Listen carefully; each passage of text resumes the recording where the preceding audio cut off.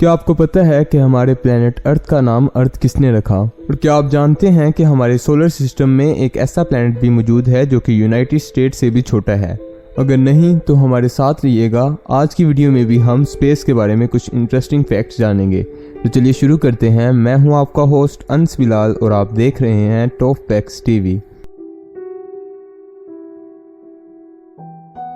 Pluto का diameter 2374 kilometre है, जबकि यूनाइटेड स्टेट्स का डायामीटर 4650 किलोमीटर, जो कि यूनाइटेड स्टेट्स के टोटल डायामीटर का तकरीबन आधा बनता है। अगर आप प्लूटो के इक्वेटर के गिर्द चलेंगे तो ये लंदन से डेनवर तक के सफर के बराबर बनता है। नंबर 2, प्लेनेट अर्थ का नाम अर्थ किसने रखा? दर हकीकत ये बात आज तक कोई नहीं जान सका। कोई नहीं जानता कि जमीन का नाम कैसे लाया गया। हम सिर्फ इतना जानते हैं कि ये ओल्ड इंग्लिश और ओल्ड जर्मैनिक वर्ड ग्राउंड को मिलाकर बनाया गया है।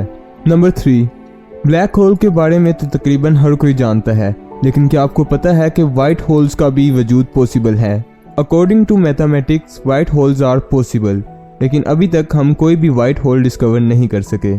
मैथमेटिक्स इसे कुछ इस तरह बयान करती है कि एक वाइट होल स्पेस टाइम का हाइपोथेटिकल रीजन है जिसके अंदर दाखिल तो नहीं हुआ जा सकता, लेकिन उसके अंदर से लाइट और मैटर बाहर आ सकते हैं। बेसिकली ये ब्लैक होल का रिवर्स है, या हम ऐसे भी कह सकते हैं कि जो चीज़ ब्लैक होल में एंटर होती है वो वाइट होल से बाहर आती है। नंबर 4, नेपच्यून को सूरज के गिर्द अपना एक ऑर्बिट पूरा करने में 165 साल का वक्त लगता है, जो कि 60,190 दिन बनते हैं। इसकी वजह इसकी लो ऑर्बिटिंग स्पीड है, जो कि 5.43 किलोमीटर पर सेकंड है। जिसका मतलब ये हुआ कि नेपच्यून को 1846 में डिस्कवर किया गया था और अभी तक इसने सिर्फ अपना एक ऑर्बिट पूरा किया है। नंबर 5, प्लूटो पे एक दिन 153 आवर्स के बराबर होता है, जो कि अर्थ के 6 दिन 9 घंटे और 36 मिनट्स के बराबर बनते हैं।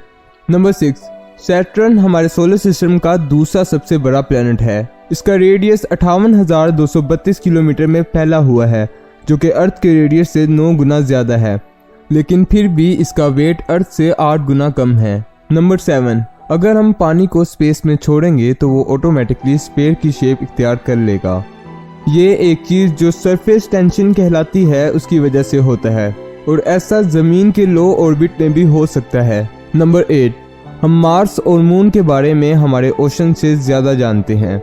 हमने मार्स और मून का 100% नक्शा लगा लिया है, जबकि हमारे ओशन की हम अभी तक सिर्फ 5% नक्शा साजी कर सके हैं। नंबर 9, इस यूनिवर्स का 68% हिस्सा डार्क एनर्जी है और 27% हिस्सा डार्क मैटर, जो कि दोनों इनविजिबल हैं, और अगर हम इसे टेलीस्कोप के ज़रिए भी देखना चाहें तो नहीं देख सकते, और इस यूनिवर्स के सिर्फ 5% हिस्से को हम देख सकते हैं। तो ये थे स्पेस के बारे में कुछ interesting facts. I really hope कि आपको ये वीडियो पसंद आई होगी। आज के लिए इतना ही। अपने प्यारे भाई को दुआओं में याद रखिएगा। अल्लाह हाफिज़।